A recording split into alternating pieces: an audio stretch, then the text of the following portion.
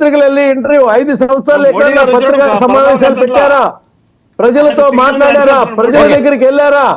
ఎన్నికల్లో మాత్రమే ప్రజల దగ్గరికి వెళ్ళడానికి ప్రయత్నం చేశారు. ఓడిపోయిన తర్వాత మళ్ళీ జనం దగ్గరికి వచ్చేటువంటి ప్రయత్నం చేస్తా ఉన్నారు.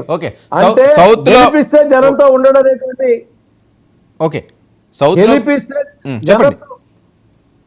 గెలిపిస్తే జనంతో ఉండడం అనేటువంటి ఉదాహరణ చూపించిన తర్వాత ప్రజలకి జగన్మోహన్ రెడ్డి గారిని గెలిపించాల్సినటువంటి అవసరం లేదనేది డైరెక్ట్ గా బాజీ గారు మీకు ఒక మంచి అవకాశం సౌత్ లో పాగా వేయడానికి మంచి ఆపర్చునిటీ వచ్చింది. జాగ్రత్తగా 2 రాష్ట్రాలని ముందుకు సాగించండి, అవకాశాన్ని తీసుకోండి 2029కి. కీర్తన గారు, పవన్ కళ్యాణ్ గారు భయపడుతున్నారట. భయపడుతుంటే అసెంబ్లీకి రాకుండా ఉంటారు కదా ఏంలాగా. మరి భయపడేది ఎవరో ఆయనకు తెలుసు. కానీ ఇంకోటి ఏంటంటే సార్, అప్పటి నుంచి జోష్నా గారిని ఒక మాట అంటున్నారు, ఎప్పుడో జరిగిన హత్యలు అంట. మళ్ళీ మీ హయాంలో జరిగిన హత్యల గురించి అడుగుతున్నారు. రంగా గారు మీ హయాంలో చచ్చిపోలేదు కదండి, వెంకయ్య గారు మీ హయాంలో చచ్చిపోయారు, జగన్ జై జగన్ అనలేదని చెప్పి చంపారు నరికి. అలాగే డోర్ తెలిసిన అనంత్ బాబు కూడా మీ హయాంలో చంపారు. ఇలాంటి కోకోల రౌడీజం ఇప్పుడు ఒక వీడియో వచ్చింది. సార్ నారాయణ గారు ఒకసారి మాట్లాడండి.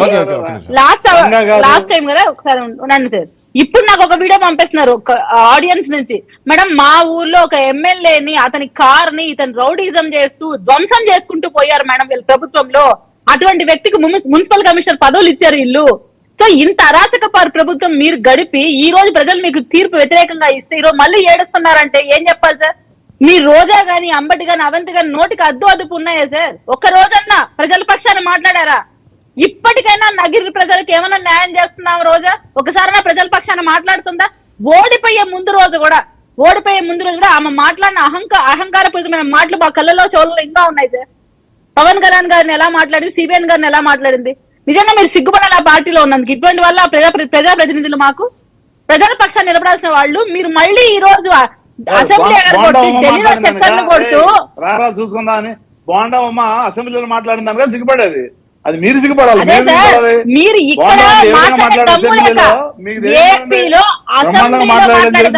ప్రశంసా పత్రం ఇస్తున్నారా ఆయనకి?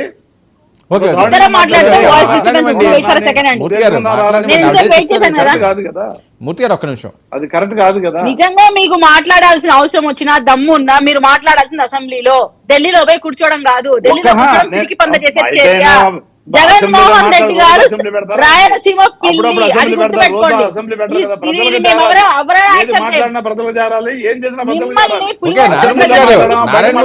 ఒక్క నిమిషం అండి, ఆయన మాట్లాడిన అర్థం కావట్లేదు, మీకు ఇస్తాను కదా సార్. పులివెందుల ప్రజలు ఆయన ఎమ్మెల్యేగా ఎన్నుకున్నారు. పులివెందుల సమస్యల గురించి ఆయన మాట్లాడాలా లేదా? మిగతా 10 మందినన్నా పంపించాలా లేదా? జగన్మోహన్ రెడ్డి గారు ఎందుకు ఇలా వ్యవహరిస్తున్నారు? ఆయనకి ఎందుకు అంత భయం? ఎందుకు ఆయన రావట్లేదు? నిజంగా దాడులు జరిగితే మీ వాళ్ళు కార్యకర్తలు ఇబ్బంది పెడితే భద్రత మీద మీకు ఇంపార్టెన్స్ ఉంటే రండి, కూర్చోండి, హోమ్ మినిస్టర్ గారితో మాట్లాడండి.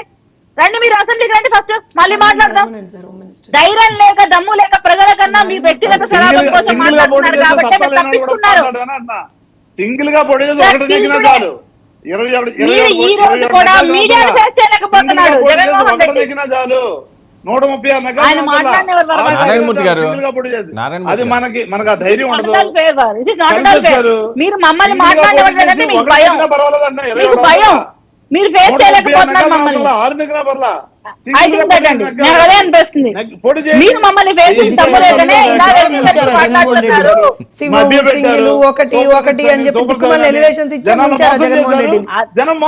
ఎక్కడి నుంచి ఎక్కడికి పడ్డారు మీరు చూసుకోండి. ఇంకా ఏం కావాలి మీకు? ఇంకా ఏం కావాలండి? 11 కింద పడ్డారు.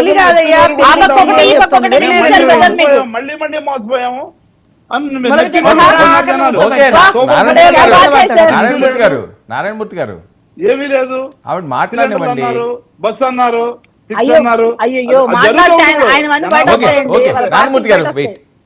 కీర్తన గారు సార్, వై నాట్ 175 అంటే ప్రజలు ఈ పక్క ఒకటి ఆ పక్క ఒకటి కొట్టి 11 నిలబెట్టారు సార్. ఇంకా ఏం కావాలి వాళ్ళకి? ఇంకా ఏం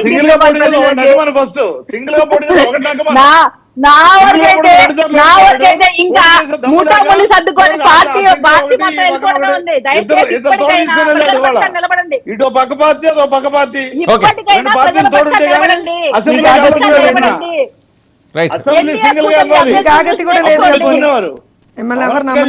నిజంగా ఆయన మనస్తత్వాన్ని సింగిల్ గా వెళ్ళుంటే జనం బ్రహ్మాండంగా అభినందించేవారు. ఎవరికి అభినందించేవారు. ఇవాళ 2 పార్టీలు తోడు లేకుండా ఎవరు పవన్ కళ్యాణ్ గారు సింగిల్ గా వెళ్ళమన్నా మొదటి నుంచి అదే చెప్తున్నారు కదా మీరు. సున్నా లాస్ట్ టైం పులి అని దిక్కుమాలి ఎలివేషన్స్ ఇచ్చా జగన్మోహన్ రెడ్డి గారిని మోసం చేశారు. ప్రజలు కాదు జగన్మోహన్ రెడ్డి మోసం చేసింది వీళ్ళే.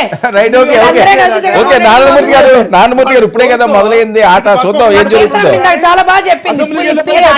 పులి కాదు పిల్లని మా కీర్తనం ఇందాక అంత బాగా చెప్పింది. అయిపోయింది అక్కడ. దిక్కుమాల ఎలివేషన్ ఇచ్చాను నిండా ముంచారు. మొలక చెట్టు చివరాఖరి చెట్టు కొమ్మ వరకు తీసుకుపోయి డబ్బేళ్ళకి పారేశారు.